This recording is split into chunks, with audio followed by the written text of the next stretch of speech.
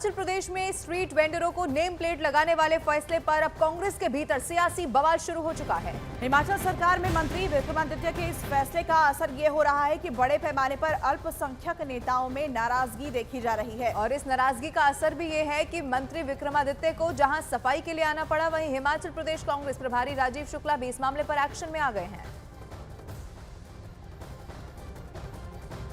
तो कांग्रेस के भीतर ही यहां नाराजगी देखी जा रही है। कांग्रेस नेता इस पूरे मामले को लेकर आलाकमान से शिकायत भी करेंगे। वहीं आपको बता दें कि हिमाचल प्रदेश कांग्रेस प्रभारी राजीव शुक्ला ने इस पूरे मामले को लेकर एक रिपोर्ट भी तैयार की है, जिसे आगे सौंपा जाएगा। लेकिन नेम प्लेट लगाने का जो पूरा मामला है, उसे लेकर कांग्रेस पार्टी के अंदर ही कलह देखने को मिल रही है और खासतौर पर जो अल्पसंख्यक मंत्री हैं, उनकी तरफ से इसे लेकर नाराजगी जाहिर की जा रही है।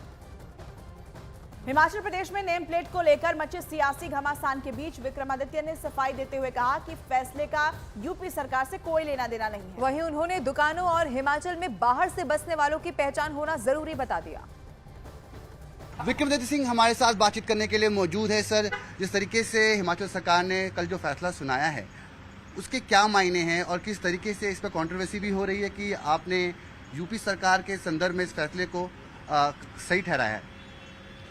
देखिए, इसमें कंट्रोवर्सी की कोई मसले नहीं है और ना ही इसका यूपी सरकार से या यूपी के माननीय मुख्यमंत्री से या और किसी से लेना देना है। हिमाचल प्रदेश एक अलग राज्य है और आपने देखा पीछे कितना घटनाक्रम हिमाचल प्रदेश के अंदर हुआ। तो हिमाचल प्रदेश में शांति प्रिय माहौल बनाकर रखना और कम्युनल हार्मनी बना के रखना और कंसर्न्स को, जो लोगों के कंसर्न्स है, उसको एड्रेस करना, ये हमारा दायित्व बनता है। हिमाचल में कोई भी आ सकता है, देश के किसी कोने से भी आ सकता है और हिमाचली भी देश के किसी कोने में जा सकते हैं, मगर जो भी हिमाचल में आ रहा है उनकी आइडेंटिफिकेशन होना ज़रूरी है। ये मैं क्यों कह रहा हूँ?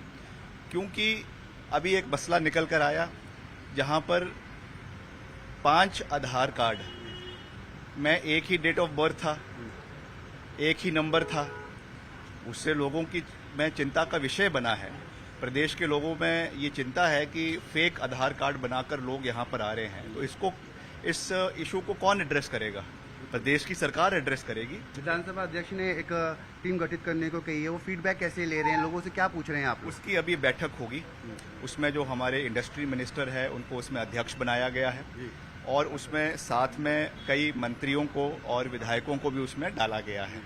और मुख्य लक्ष्य यही है कि प्रदेश में जो हमारे लोगों के कंसर्न्स है, उसको एड्रेस किया जाए। जिस तरीके से बीते दिनों हुआ, संजौली मस्जिद का जो विवाद हुआ, उसके बाद आपका ये सरकार का ये डिसीजन कहीं ना कहीं मनभेद, मनमुटाव पैदा कर रहा है लोगों के बीच में, ऐसा ये सुर्खियां हैं। किस तरीके से जो आपने फैसला लिया है, उसके नकारात्मक प्रभाव भी पड़ सकते हैं। देखिए, ऐसा है कि हमने तो जो लोगों के कंसर्न्स है उसको एड्रेस करना है। जो चीज़ें पीछे हिमाचल के अंदर हुई वो अच्छी नहीं हुई। धन्यवाद हमसे बातचीत करने के लिए। तो आप सुन रहे थे विक्रमादित्य सिंह को साफ तौर पर दिल्ली पहुंचे हैं, कुछ बड़ी मुलाकातें भी करेंगी और हिमाचल के संदर्भ में भी बातचीत होगी। नई दिल्ली से कैमरामैन प्रकाश गुप्ता के साथ मैं रवि मिश्रा, न्यूज़ 18।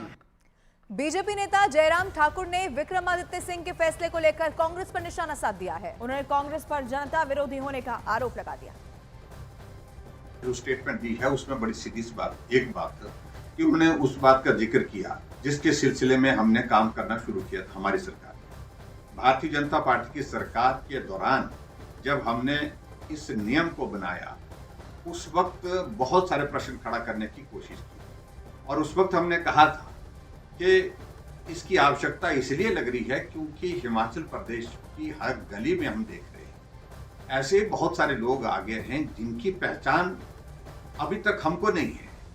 यानी कि हिमाचल ऐसा प्रदेश है जहां आसानी से किसी आदमी को जो बाहर से आता उसको पहचाना जाता कि हिमाचल का नहीं है। जब हिमाचल के वो लोग नहीं हैं, बाहर के भी हैं, हमें कोई आपत्ति नहीं, लेकिन सिर्फ एक बात को लेकर के हिमाचल में आकर के अपनी पहचान को क्यों वो छुपाने की कोशिश कर रहे हैं। हमने शुरुआत की थी, रजिस्ट्रेशन होना चाहिए, वेरिफिकेशन होना चाहिए।